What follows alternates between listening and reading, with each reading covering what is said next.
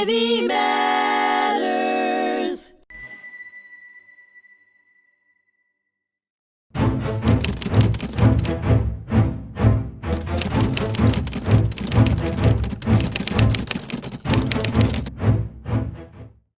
Hello and welcome back to History Repeats on hmTv. I'm joined again by Richard Acritelli. Hi, Richard. Thank you for having me here today. Appreciate it. We're continuing our conversation about the end of the war in Europe. It's now been 80 years. When I was doing research for this, I kept thinking about that episode of Band of Brothers where they finally got a chance to liberate the camps. I think you had a quote from Commander Winters. Yeah, Dick Winters. That episode was called Why We Fight. Yeah. And that was the second to last episode in the series that was made in 2001. That's a reference to the famous propaganda film. Yeah, so we look at this here. This is Major Dick Winters. He's going to end up liberating Landsberg, which was one of the subcamps of Dachau. Winters was sickened at the freeing of these innocent people, and he recalled the memory of starved, dazed men who dropped their eyes and heads when we looked at them through the chain-link fence in the same manner that a beaten, mistreated dog would cringe. Leaves feelings that cannot be described and will never be forgotten. The impact of seeing those people behind the fence left me saying only to myself, now I know why I am here. Okay, so these American soldiers who went into these camps immediately tried to care for the prisoners. You had interpreters being brought in, as shown in the Band of Brothers episode. And, through the episode, and it's very factual, Winters kind of wanted to know why these people were here. Who were they? What were they doing there? And, one of his sergeants is going to end up saying, they're prisoners, but now the translation comes through, they're writers, they're artists, they're musicians, they're intellectuals. Yeah. And then he goes, Juden, Jews. Yeah. So, he drops his head, his officers drop their head, the soldiers can't believe it. Now, this was a subcamp of Dachau. Yes. Dachau itself was liberated by members of the 7th Army. Or what you're going to look at is over a series of couple of weeks now, camps are now being liberated, subcamps are being liberated. Yes. But the information was still not quick to those leading officers. Remember, Eisenhower's all the way in the background. Yeah. Okay? Patton might be a little bit closer to the front. Bradley might be a little bit closer to the front, but they're not in those lead tanks. They're not in those lead trucks. They're not on the ground with the infantry. So now they're going to get the information, and now they have to see what it is. So now you have the airborne, that Easy Company 506, Easy Company, and General Maxwell Taylor was the commander of the 101st Airborne Division. Yep. He was infuriated at what he saw. So he establishes martial law. He brings in the nearest German citizens from 14 years old to 80. They have rakes, shovels, and picks, and they are to clean up the camp. And the American soldiers are like, how didn't you know this was happening here? You could smell the stench. How didn't you know this was happening? And then there's all railroad cars of dead bodies that were there for days. So now the Germans, they take off. They know the Americans are closing in. And now what the German soldiers did was one of two things. One, they try to get civilian clothing. Okay, go back to their own hometowns, try to get hidden. Or two, they try to intermingle with the German prisoners of war and get sent to camps where they were a face, within 100,000 soldiers. Because nobody knew who was running these camps at that time there. A couple weeks later, months later, as they start documenting what happened and the survivors, and now there's descriptions. Okay, especially the SS, which they had the tattoo on their arm. Yeah. So now, I think it was Himmler who was dressed up like in a naval uniform, and the British found him, and he had cyanide in the back of his mouth, and he cheated the hangman, so he bit down on it, and he killed himself right then and there. But they started looking for them. Yeah. So you said, even though Hitler had committed suicide in the bunker in Berlin, you had a lot of his henchmen that were out there. Goering, Goebbels, Bormann, they're not sure. That was Hitler's main secretary, one of the most powerful people in the Nazi party. They're not sure what happened to him. They think he might have been killed as he was trying to get out of Berlin. Then there's rumors that he was in South America somewhere. Dr. Mengele. But now you have, like, later on, names like Mengele, Eichmann, okay? Those names start coming out, and they're now very common. So what you're looking at, this was very early on. This was very primitive in terms of us here, because now we're just figuring out what these camps are. We don't know the leadership. We don't know any of that. Yeah. So it's going to come. But the problem was, it was the end of the war. America wanted to go home. We had the Nuremberg trials. I run a World War II museum in Rocky Point, military history museum. Yeah. We actually had the patches of Ernest Caliburton. He was the head of the, I guess what you would call is probably the SS after Heydrich was assassinated by Czech partisans. Yes. Okay. Older lady from Belport saw that we're, not Belport, from Bethpage, saw that we were opening up this museum. She calls me up. She could pass as my older Italian grandmother. She tells me to come to her house. I come in, I sit down at her table, just like we're sitting here. She pushes these patches across the table. And she goes, my uncle was an army interrogator. And he was in northern Italy. And for the Allies. For the Allies. And the Germans were either trying to get back into Germany or get out of Germany. And that was a crossroads from Italy into Austria into Germany and then vice versa. She goes, I believe it's Ernst Caliburton. So now when you look at Goering is a heavy-set guy. Even though he had lost a lot of weight and he was a morphine addict and everything, he was a pretty strange guy, Goering, right? Caliburton was the tall one on the docket. So they called the docket at Nuremberg the biggest collection of bastards that you would ever see. And Caliburton had the scars. He was Austrian. He had the scars on his face. So we actually, we have all these things in terms of World War II. We have a lot of stuff. Those patches are probably the smallest things that we have, and they're the most significant. Yeah. So when you're looking at the end of the war, some of these guys were caught because we were looking for them, and some of them were caught by sheer surprise.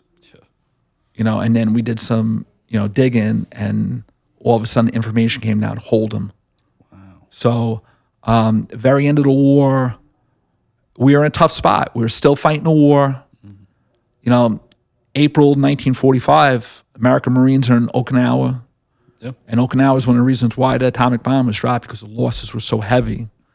Probably mostly the Marines had, gone from Iwo Jima then to Okinawa, and then they were planning an invasion of Japan. We were in a very tough spot. It's not to make excuses, but we were fighting a two-front war. Yeah. The Soviets, they come into the war against the Japanese at the very end. Yeah. The Japanese were done. 9 out of 10 Japanese soldiers were killed by Americans. Okay? So they come in because FDR is looking to save lives, which turned out to be a mistake at the Yalta Conference. Yeah. And then Truman at Potsdam, he just wants to get more soldiers there to save lives, right?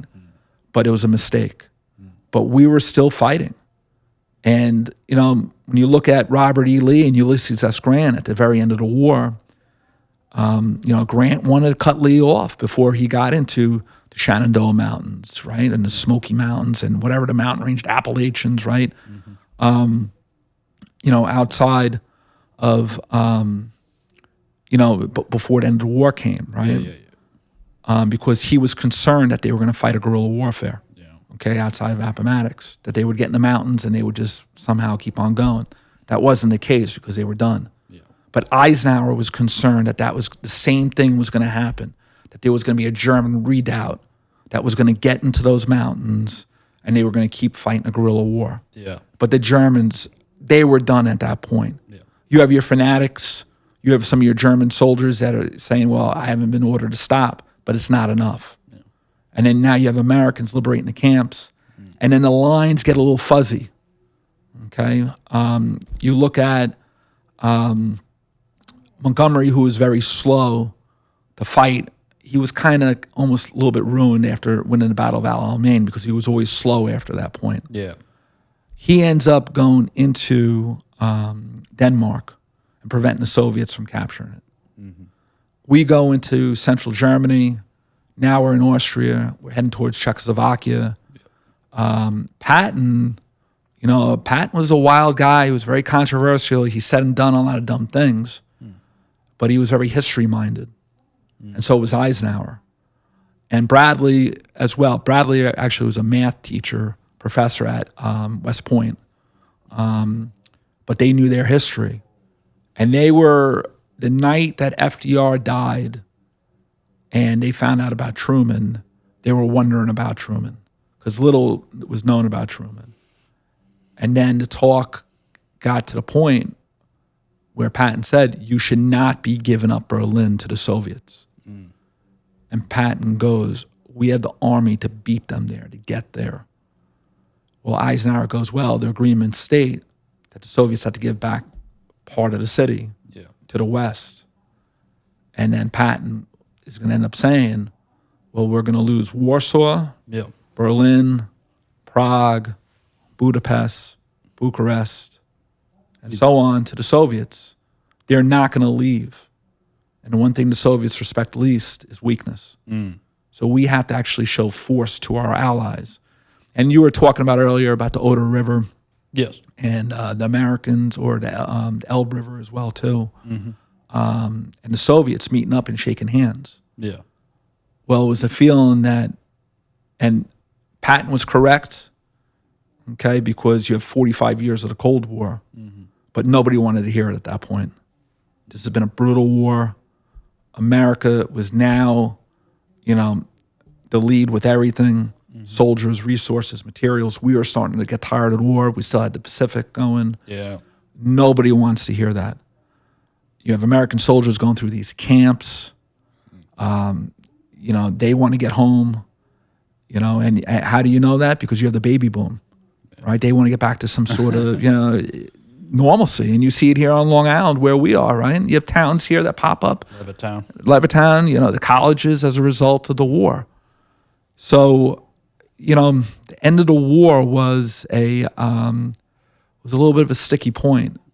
But we were in a little bit of a tough spot because we were in uncharted waters because the Cold War was starting to be established at the very end of World War II, and one of the you mentioned Band of Brothers earlier. There's actually a scene in that episode that also I think rings a bit true. They immediately go into the town and they steal food to give it to the prisoners, but they're stopped. Why were they stopped? Well, the thing was, and this is the craziness of it. Yeah, you have people that are starving. But the intake's got to be so much. Yeah. Because they don't have enough nutrients in their body to sustain that food, that clean drinking water.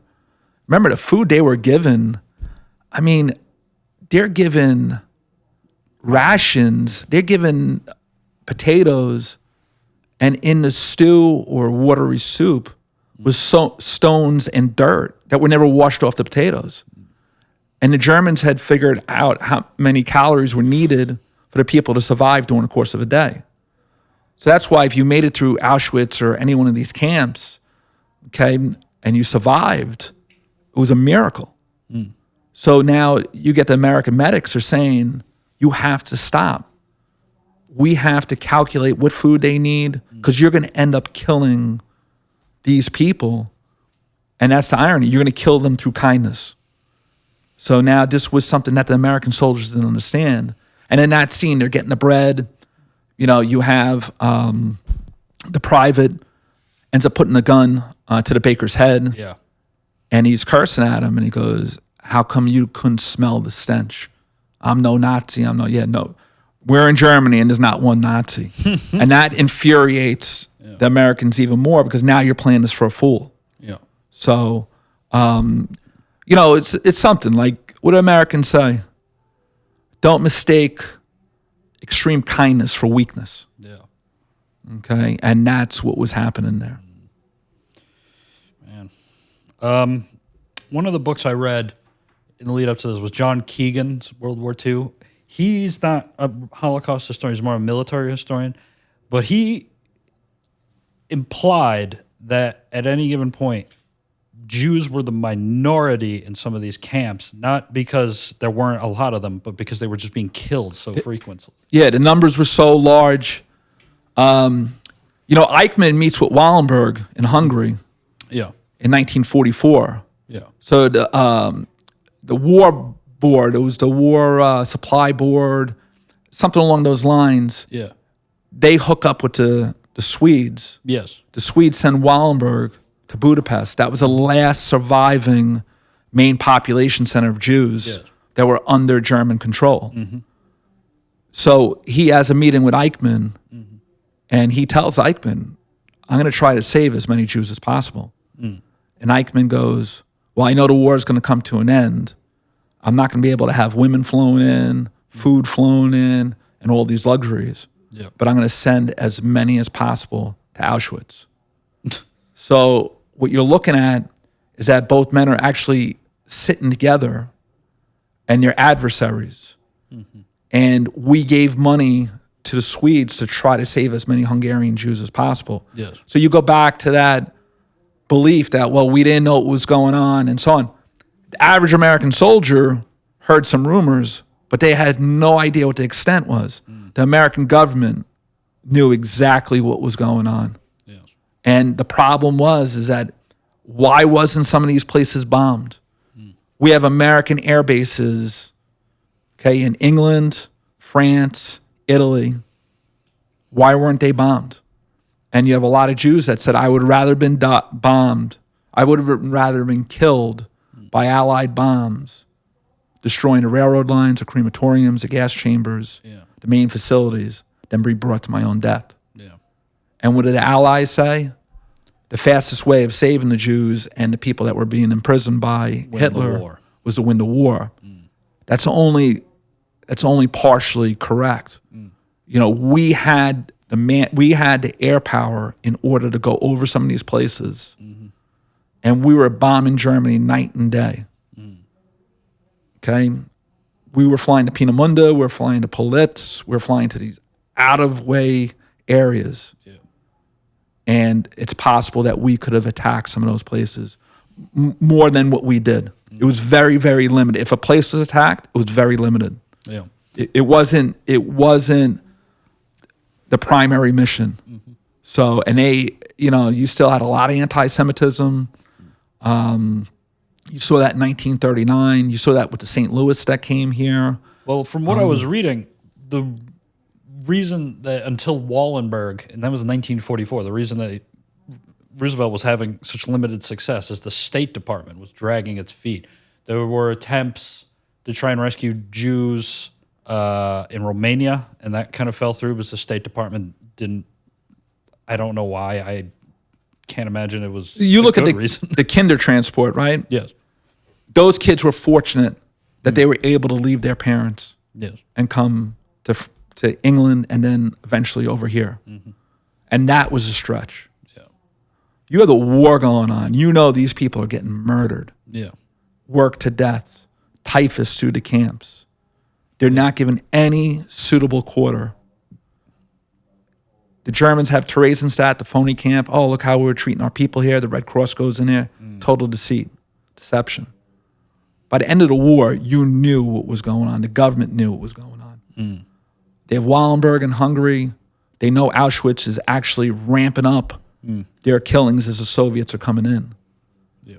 And the problem that I have is that you have the average American soldier. I'm not sure you could ever fully prepare them for what they were going to see. Yeah. But the information was out there. Yeah. Magic was liberated in July of 1944 in Auschwitz and all these places. You know, it was, you know, what you call a very tough situation. And these are soldiers here that had come to this museum as liberators. And I brought teachers groups here 20 years ago.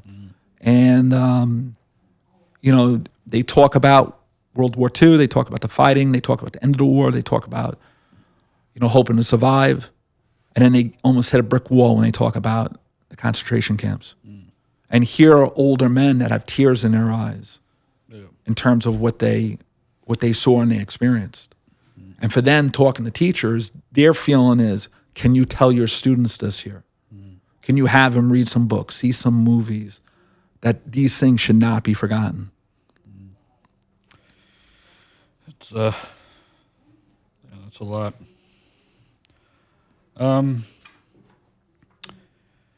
As we round out this episode, is there anything, now that it's the 60th anniversary, is there anything that you feel that we may have missed or you feel?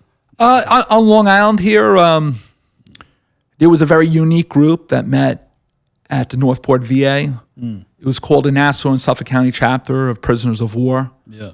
You got to remember, some of the first prisoners of war in American history came from Long Island.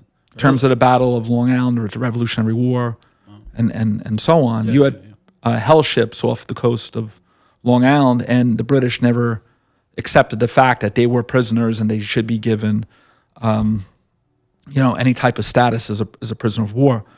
So these veterans who were prisoners of war would go down off the waters of Brooklyn and put like wreaths there to remember those from the Revolutionary War. There was men that I had spoken to that I'd done a lot of writing on. One was a man, Mike O'Shea. He got shot down twice over Europe. Once his plane crashed into the English Channel. He was on a B-17 bomber. He was a navigator. Yeah. A British Coast Guard ship picked him up out of the water. Then he got sent to a transit camp.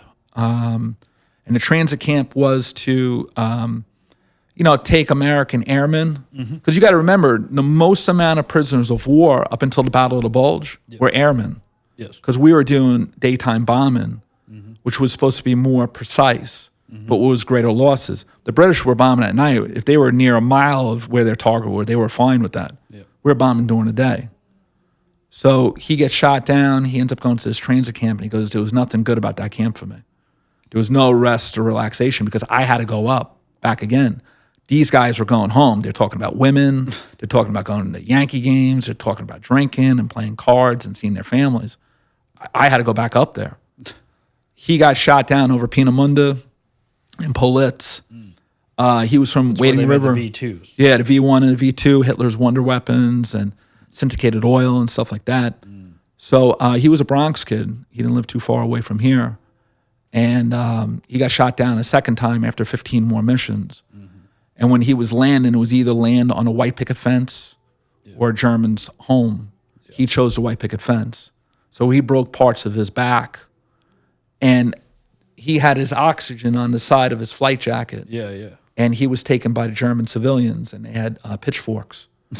So what ended up happening was they were pointing. They thought it was a gun. He goes, there's nothing here. And you got to remember at that time, these guys were seen as terror flyers and Luftgangsters, and the bombing was tremendous. So he goes to rip off the patch of his unit command, right, of his the 8th Army Air Force where he was in, and he goes to give it to a kid, and the kid starts kicking him. So now he was in London and he was in Berlin during World War II. He said Berlin at that point was far more devastated. He goes to a Dulagluft, which is a transit camp, and he had somebody, a German Luftwaffe officer, German Air Force officer, who spoke perfect English that was educated somewhere in the United States. Really? Say to him, I see that your unit commander just got promoted. He goes, good for him. I'm here. I don't know who he is. You might see him in a formation with thousands of others. So now he's trying to loosen them up. So now he's doing this. Act like this mug is chocolate or cigarettes or some sort of whiskey or something to loosen them up. coffee, right? Yeah. So he goes, name, rank, and serial number. That's all I could tell you. Yeah. So he goes to the officer. That's all I could say to you. He loses 10 pounds in confinement. Yeah. He was in the camp of the Great Escape that was made very famous by Steve McQueen, James Garner, Richard Attenborough. Mm-hmm. He gets liberated by General George S. Patton in Moosburg prisoner of war camp. He gets tuberculosis in that camp. He has one functioning lung. He gets sent home, and the doctor said to him, "You're happy because you're a New York City kid, but you won't survive on the city streets. You're going to end up dying." So now he spends 5 years in a military VA hospital out in Colorado with tuberculosis in a full body cast. And so you have these stories of unbelievable sacrifice, not only overseas, but when they come home too. And, you know, you definitely had PTSD and shell shock, and it wasn't treated. And think about those young men that went into the camps and they lived with those sites for the rest of their lives. Wow. And they never spoke about it.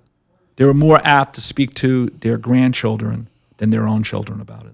It almost skipped a generation. Wow. So, all right. Well, this has been fantastic. Thanks, Rich. Yeah, no problem.